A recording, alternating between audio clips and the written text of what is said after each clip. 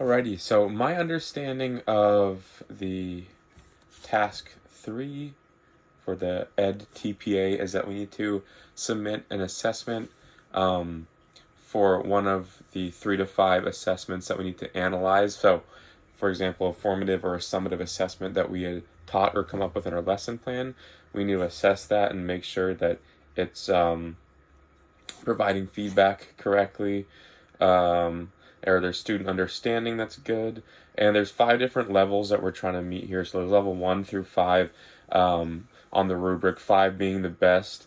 So for example, level 5 for providing feedback to guide further learning would mean the feedback for one or more focused students provides a strategy to address an individual learning need or makes connections to prior learning or experiences. Level 5 for rubric section 13. How does a candidate support focused students to understand and use the feedback guide to their further learning? So pretty much how are they going to apply it? And a level 5 would mean a candidate describes how he or she will support focused students to understand and use feedback on their strengths and weaknesses related to the learning objectives. And then for rubric 14, how does this candidate analyze students' use of language to develop content understanding? Candidate explains and provides evidence of language use and content learning for students with varied needs. So the varied needs, that applies a lot to English language learners, which is something that we've been discussing and something that was directly asked about in this discussion topic. So it's important when we're doing formative and summative assessments to not only be putting together assessments that you think you would want to ask as a teacher, but to be putting together assessments that you know can apply to students that have varied needs.